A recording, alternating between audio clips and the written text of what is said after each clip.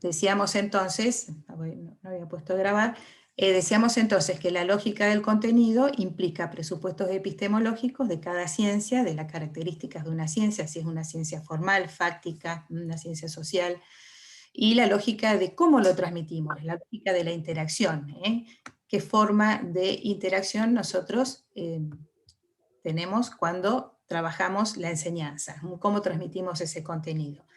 Y desde esta lógica de la interacción podemos entender que la forma de relacionarse con el conocimiento puede ser de exterioridad o de interioridad.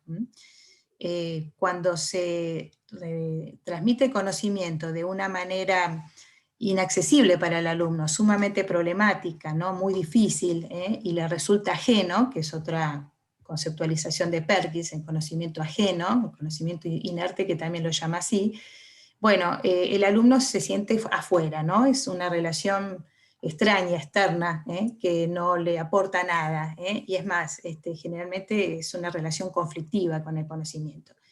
En cambio, cuando el alumno le encuentra un sentido, le resulta significativo ese conocimiento, lo puede relacionar con otros, se siente incluido en él porque puede interpelarlo, puede problematizar, puede preguntar, logra apropiarse de ese conocimiento, lo reelabora y, por supuesto, lo valora intrínsecamente al apropiárselo. Y ahí hablamos de una relación de interioridad. Bien.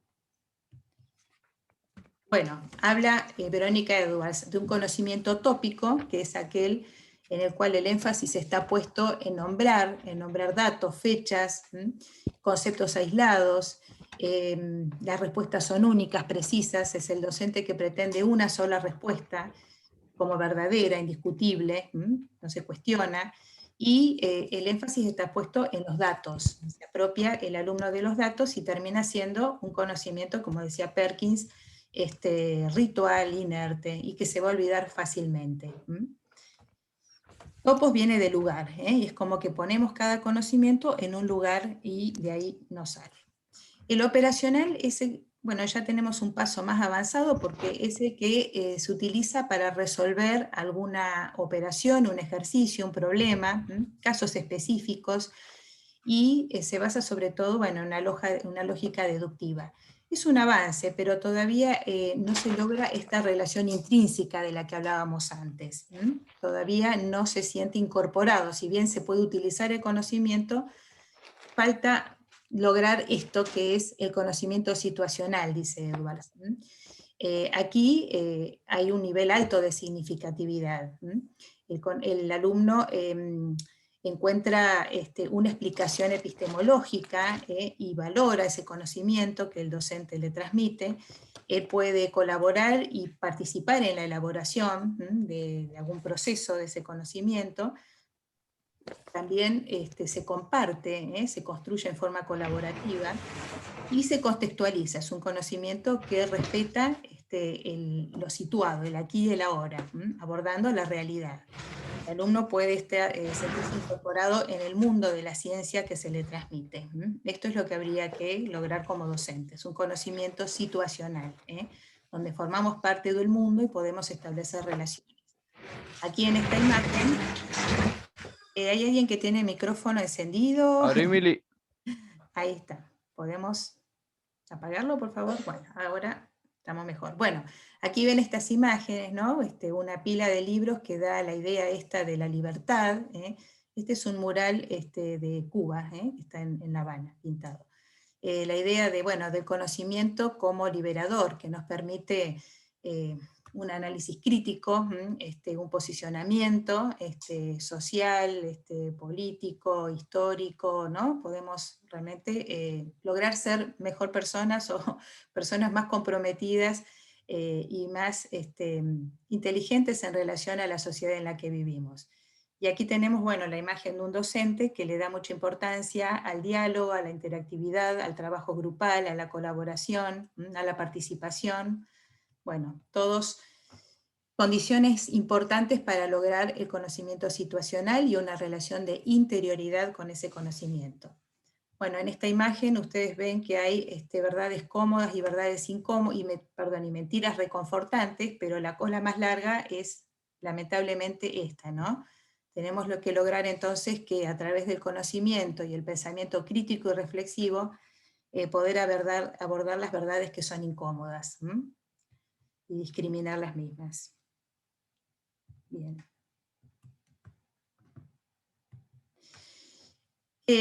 Bueno, también tenemos criterios para seleccionar los contenidos. Pueden ser estos u otros, pero en realidad los criterios casi todos hablan de la importancia de que sean significativos. Algunos hacen la diferencia entre la significatividad, que es psicológica, que responde a los intereses del estudiante, y la relevancia social, que sean pertinentes, importantes para el contexto en el que se vive. Bueno, pero también tienen que ser profundos esos conocimientos que se transmiten, pero que esta profundidad no deje de lado también la extensión, porque si trabajamos la mitad de un programa, luego el alumno va a tener dificultades el año siguiente para los contenidos que tiene que abordar, ¿no? en otras asignaturas.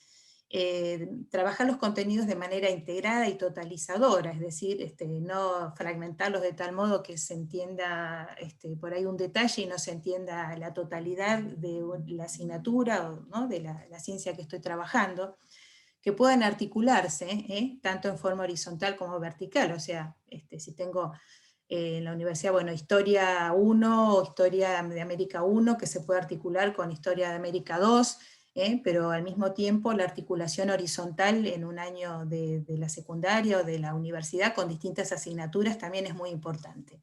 Que sean actualizados los avances de la ciencia, como dice también Bourdieu, un poquito más abajo, que sean abiertos, que poder entender otras realidades, otras maneras de conformación de una sociedad, otras cuestiones psicológicas, económicas, políticas, que haya una jerarquización de, bueno, lo más importante, lo que es fundamental, esencial, de lo que no, y que sean transmitidos con claridad, con sencillez, por supuesto con el lenguaje científico que implica la disciplina que enseña, pero también con sencillez y explicando ese lenguaje, sabiendo por qué es importante utilizarlo. Bourdieu también habla de la importancia de conciliar lo que es obligatorio y también lo que es comunicable, lo que tiene que ser comunicable. Importancia le da a este aspecto del conocimiento en la escuela. Que vayan más allá de las disciplinas, que las rebasen, porque las disciplinas son artificios para poder enseñar, pero en realidad hay que ir más allá y hay que integrarlas a las disciplinas. Poder ofrecer formas de pensamiento diferentes. El pensamiento abstracto, lógico, es tan importante como el pensamiento fáctico, empírico, y también el pensamiento artístico. Son todas maneras y formas válidas que hay que enseñar en todos los niveles. Y lo que decíamos antes, ¿no? Incorporar los progresos de las ciencias, la actualización, que los programas, los currículum, plan de estudio, diseños curriculares, secuencias, no sean grilletes, no nos aten, sino que sean guías. No es que tenemos que cumplirlos a rajatablas y condicionarnos de una manera artificial y caer en la superficialidad, sino que nos tienen que orientar esos programas. Y distinguir lo que es obligatorio, optativo, facultativo. Esto también sería muy importante que pudiéramos tener esta oportunidad. Bueno, aquí tenemos esta frase que me pareció realmente muy importante, muy elocuente y actual, que dice que el aprendizaje no es Twitter, exige largo tiempo de pensamiento, en el estudio se necesita constancia, dedicación, empeño, y sin embargo la belleza del estudio consiste en la experiencia de la constante apertura a nuevos mundos. Se da una emoción en el aprender. El buen profesor no considera al alumno como una cabeza vacía que hay que llenar, sino como un fuego que hay que encender, ¿no? O sea, no hay manera de aprender de manera rápida, espontánea, fácil. El aprendizaje implica esfuerzo y tiempo para que se pueda construir. El pensamiento es un proceso recursivo, va y viene. En algún momento avanzamos, en otro momento no lo hacemos, dudamos, vamos para atrás, nos equivocamos, volvemos a retomar un contenido, lo volvemos a analizar, todo esto requiere tiempo y esfuerzo, pero se logra esto, ¿no? Un fuego que se va encendiendo, y ese es también el rol nuestro como docentes. Bien. Bueno, ahí estuvimos un poco a las apuradas, pero ahora vamos a conectarnos por Meet. De todos modos, me gustaría, bueno, que si alguno quisiera decir algo, opinar, yo les pedí al principio una participación que la hizo, creo que fue Lucas, ¿no? Lucas, así que si alguien más quiere comentar algo, este ratito, y si no, bueno, ya vamos al Meet para que ustedes puedan trabajar en el grupo con la actividad que tenemos pendiente, que no la pudimos terminar, así que vamos a dedicarle unos minutos más a eso. Profe, bueno, sí, Silvina sos, yo ¿no? lo que quería por ahí opinar, y que me sentí muy identificada con lo que estuviste explicando, es con esto último de los programas, que dijiste que no tenían que ser como un marco, una guía, no un grillete, ¿no? Que por ahí eso, repensar el tema de los diseños curriculares, no sé, sobre todo acá en Chubut, por ejemplo, en estos, 7 años que ya llevo de práctica docente, por ejemplo, tanto en geografía como también en estos espacios, por ejemplo, de integración de los saberes, es como que son muy, ahí no me sale la palabra, como que no están muy de la mano con la actualidad, o sea, como que siento que van quedando con el paso del tiempo fuera de, digamos, de los temas que tendrían que verse, ¿no? Entonces,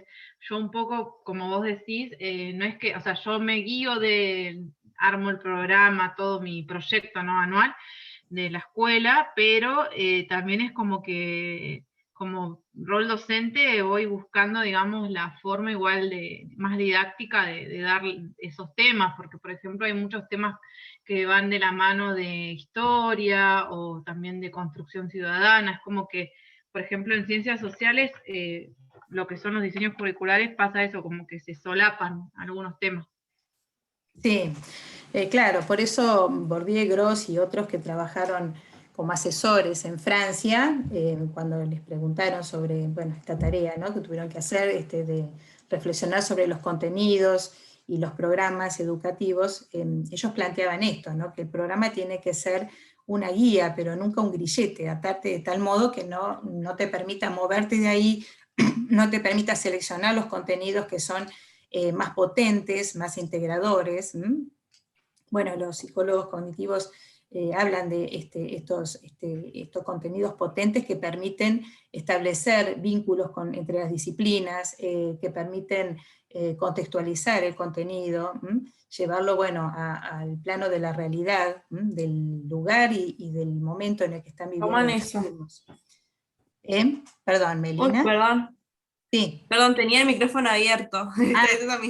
Está bien. Bueno, hay directivos en algunas escuelas que se ponen muy incómodos si el docente no termina el programa de pie a pa, ¿no? O sea, como si no viste hasta el último contenido que está en ese diseño curricular, parece que no hiciste bien la tarea docente, y en realidad no tiene que ser así. Por eso hablamos de selección de contenidos, pero esa selección no tiene que ser azarosa, sino a partir de criterios, por eso hablamos de todos estos criterios, la integración, la apertura, la totalidad, la actualidad, bueno, que sean contenidos que te permitan abrir hacia otras disciplinas, hacia una mayor profundización, sin caer, por supuesto, en una excesiva profundización, y en esto se habla de currículum nulo, cuando vos recortás el currículum y no das nada, casi nada, ¿no? Porque profundizaste tanto un tema que se te fue todo el año, o todo un cuatrimestre.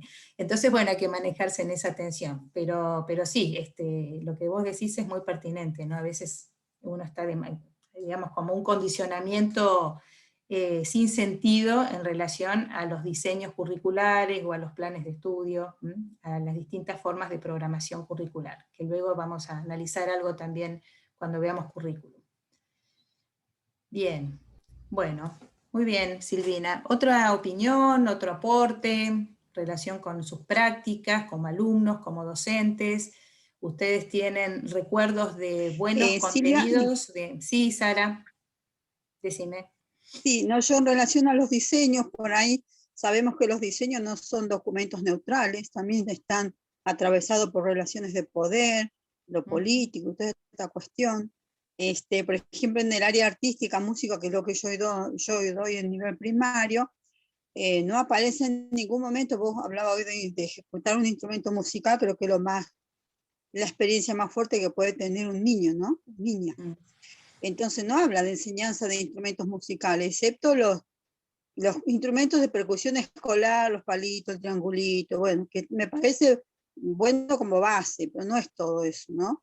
Y de la importancia de ejecutar un instrumento musical, porque sabemos que al ejecutar un instrumento musical utilizamos las dos manos y trabajan los dos hemisferios cerebrales, cosa que en muchas áreas como matemáticas, lenguas, no sucede eso. Y la importancia de ejecutar un instrumento, eso no está en el diseño, ¿sabe? Yo le doy esta lectura. No puede estar eso en el diseño porque al estar en el diseño el Estado se tiene que hacer cargo de eso. ¿Cómo se hace cargo? Si los chicos tienen que ejecutar un instrumento, se lo tiene que otorgar el Estado. Entonces, yo le veo el lado ese, ¿no? Ese lado oculto, y sobre todo lo más lamentable que esto ocurre en las escuelas públicas, no en las privadas. Yo me acuerdo en la época de mis chicos, y yo también, nos enseñaban a tocar la flauta dulce, por lo menos era un instrumento Claro. de plástico sencillo, económico, que se podía comprar, ¿no? Y aprendíamos poquito porque era una melodía o dos melodías, pero era entender la música desde ser, digamos, productores, ¿no? De una melodía, poder hacer algo con esa música y sentir que estábamos nosotros siendo parte del arte de la música y no solo de la reproducción, de lo que otros hacen. Así que ¿no? Me parece que esa práctica era muy buena, ¿no? Y no era tampoco tan caro comprarse una flauta, pero es verdad lo que decís, por ahí hay una cuestión económica allí que está siendo un factor obstaculizador de todo esto. Sí, lo mismo pasa en otras disciplinas también, ¿no? O sea, por ahí en educación física, en vez de aprender un deporte desde los reglamentos, desde cómo es la cancha y demás, bueno, ahora no podemos hablar porque no podemos ir a la escuela como lo hacíamos antes, pero no hay nada mejor para aprender fútbol que jugar al fútbol, ¿viste? Entonces, por más que te enseñen las dimensiones de la cancha y cómo tiene que ser un arbitraje, se aprende a jugar al fútbol jugando al fútbol, ¿no? Y esto en todo sentido, ¿no? En el arte, en las ciencias, en el laboratorio. Bueno, yo decía, hay laboratorios virtuales y remotos, pero es muy poco lo que tenemos a nivel tecnológico en nuestro sistema educativo.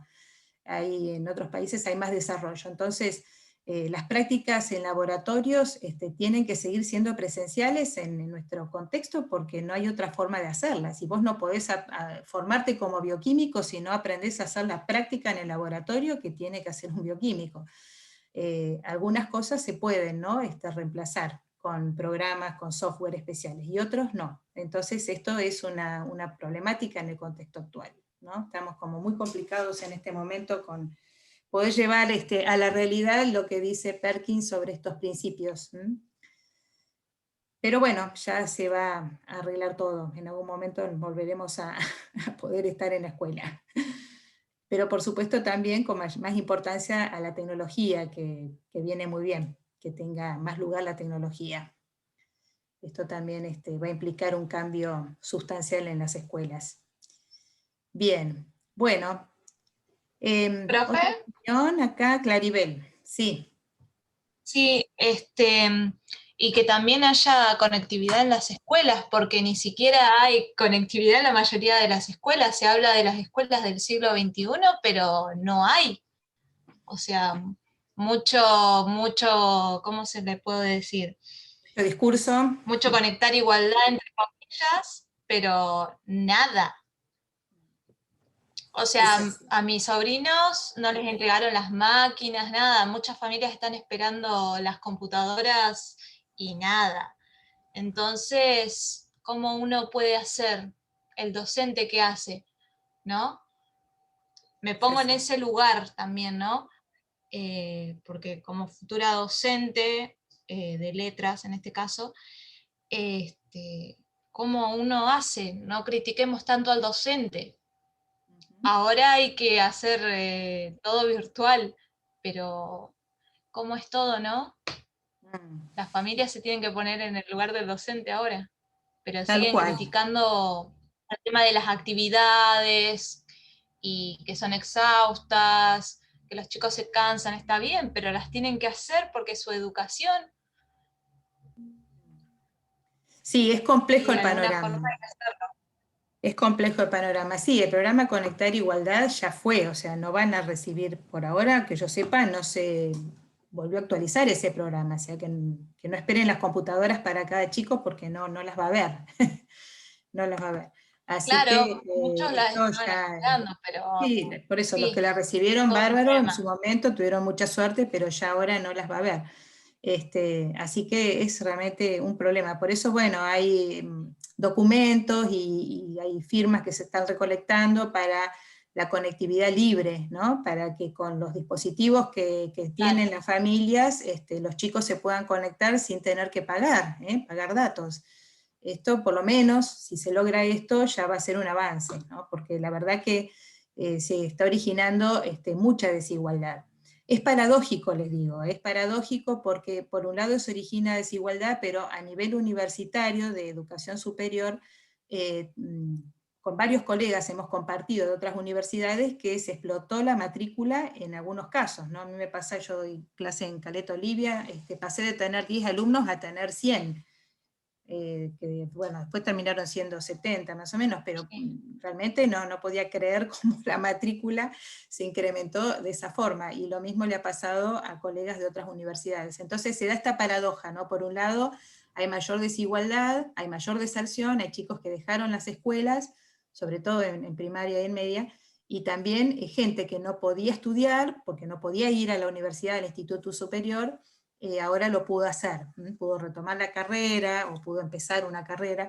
Sí. Entonces, bueno, son fenómenos complejos, ¿no? Porque se dan situaciones así, diversas, ¿no? Que no podemos analizarlas como blancas o negras, ¿no? Porque es digamos, Claro.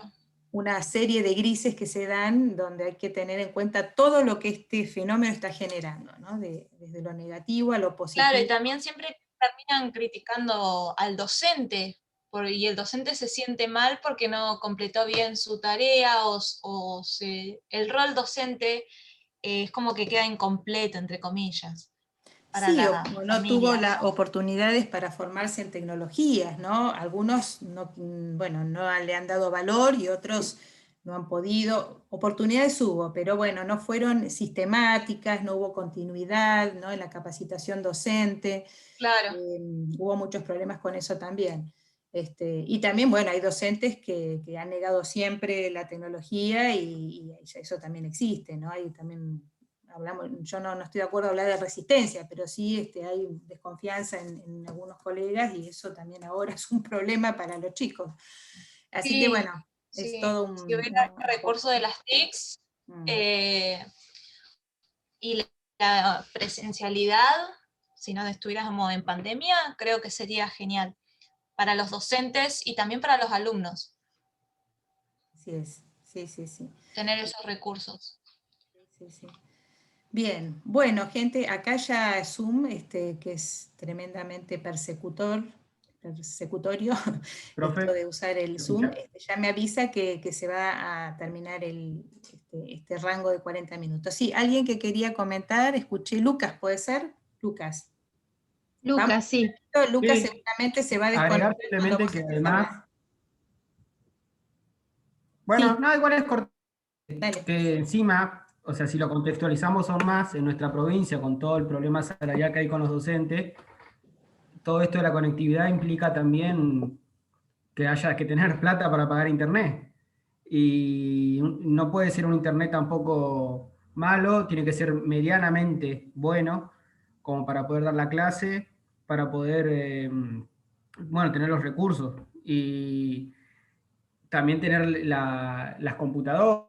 Si vos tenés hijos, que compartir esa computadora a clase o no la podés compartir, si tus hijos también tienen que tener clases ahí, o si tenés una pareja que tiene que trabajar por Zoom también, entonces se juntan un montón de cosas, de exigencias además al docente, como si el docente fuese, no sé, que está tranquilo en su casa, tiene buen internet, tiene computadora, tiene un espacio adecuado para dar las clases, es como que, bueno, esos son muchos factores que se suman a lo que ya vienen comentando.